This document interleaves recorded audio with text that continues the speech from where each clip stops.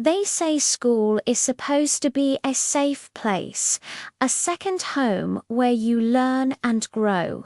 But for some, the echoing hallways and empty classrooms hold memories of something far more sinister. Tonight, we're dimming the lights and unlocking the files on 3 disturbing, true school horror stories that will make you rethink everything you thought you knew about your alma mater. These aren't ghost stories whispered on the playground. These are real events that left a permanent scar on the communities they touched.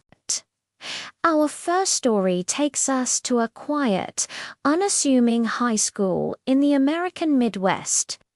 It was a place like any other until a series of bizarre and unsettling events began to plague the students and staff.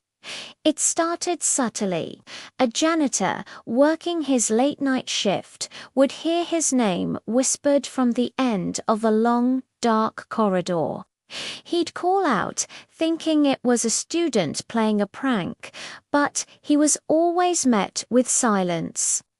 Then objects in the science labs started moving on their own. Beakers would slide off shelves. Bunsen burners would spark to life with no one near them. The staff tried to dismiss it as faulty wiring or drafts, but the incidents grew more frequent and more brazen. Students began reporting strange sightings. A girl in the library saw a figure standing in the stacks, a shadowy form that vanished when she looked directly at it. Another student, practicing late in the band room, heard a piano playing a discordant tune from the locked auditorium next door. The activity seemed to center around the school's oldest wing, a section built in the early 1900s. The tension in the school was palpable. Students were scared to stay after hours, and teachers started leaving in groups. The principal, a nonsense man, tried to quell the rumors, but even he could unexplain the security footage that showed doors opening and closing by themselves, or the disembodied voices caught on the overnight audio recordings. The climax came one Friday evening during a school play. The lead actress was on stage, delivering her monologue, when the lights above her began to flicker violently. A cold spot so intense it made people shiver in the audience moved across the stage and settled right behind her. Her microphone suddenly emitted a piercing shriek of feedback, followed by a low, guttural whisper that echoed through the auditorium. "Get out!" Panic erupted. The play was stopped, and the school was evacuated. After that night, the administration could no longer deny that something was deeply wrong.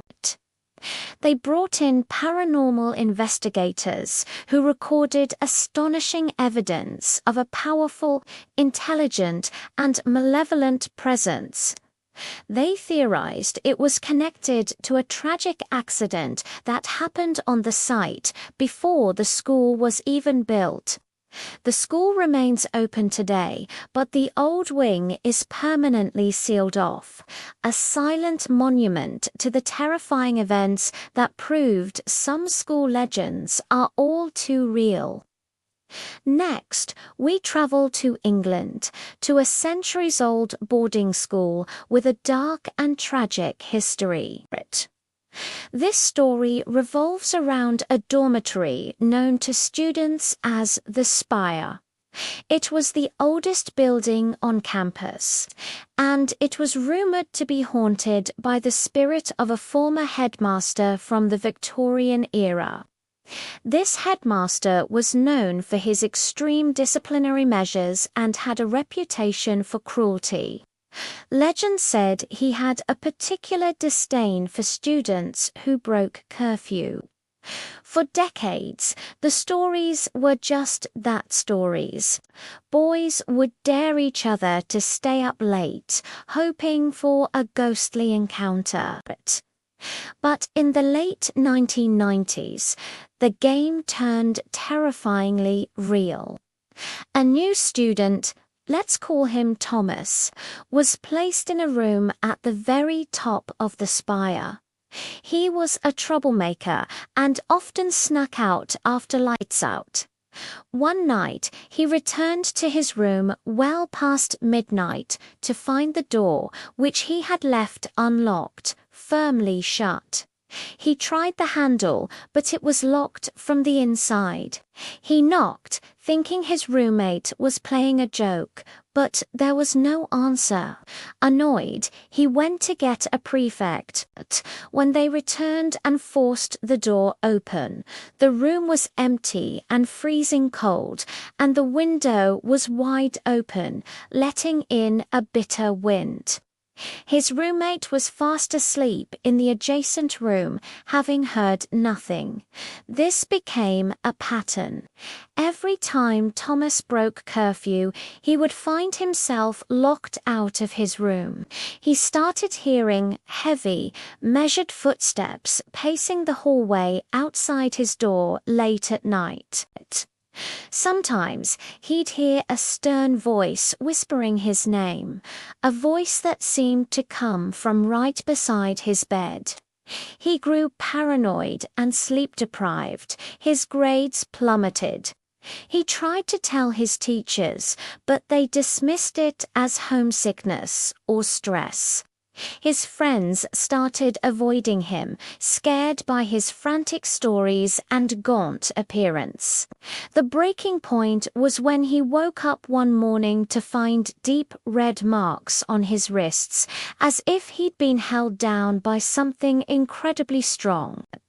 On his mirror, written in the condensation, was a single chilling word: caught. Thomas's parents withdrew him from the school immediately. The room at the top of the spire was closed, but students still report hearing footsteps in the empty hall and the faint, angry whisper of a headmaster who is forever on patrol. For our final story, we head to a rural elementary school in Japan, nestled at the edge of a dense forest. This school had a peculiar and unsettling feature: a single, unmovable desk in the back of one of the third-grade classrooms. The school was modern, and all the other furniture had been replaced over the years, but this one old wooden desk remained. No one knew why. Teachers who tried to move it found it inexplicably heavy, as if it were bolted to the floor. School records offered no explanation. It was simply ... there. The desk was always left empty. It became an unspoken rule that no student was ever assigned to sit there. The children called it the silent seat. They told stories about it, that if you sat there, you would disappear, or that the ghost of a student sat there forever listening. One year, a new teacher, Ms. Tanaka, arrived. Unaware of the superstitions, she thought the empty desk was a waste of space. Despite warnings from her colleagues, she assigned a transfer student named Kenji to the desk. Kenji was a quiet boy and didn't object. For the first few weeks, everything was normal. But then, Kenji began to change. He became withdrawn and pale. He would stare at the empty wall behind the teacher's desk for hours, completely unresponsive. He stopped playing with other children during recess, choosing instead to sit alone at his desk while the classroom was empty.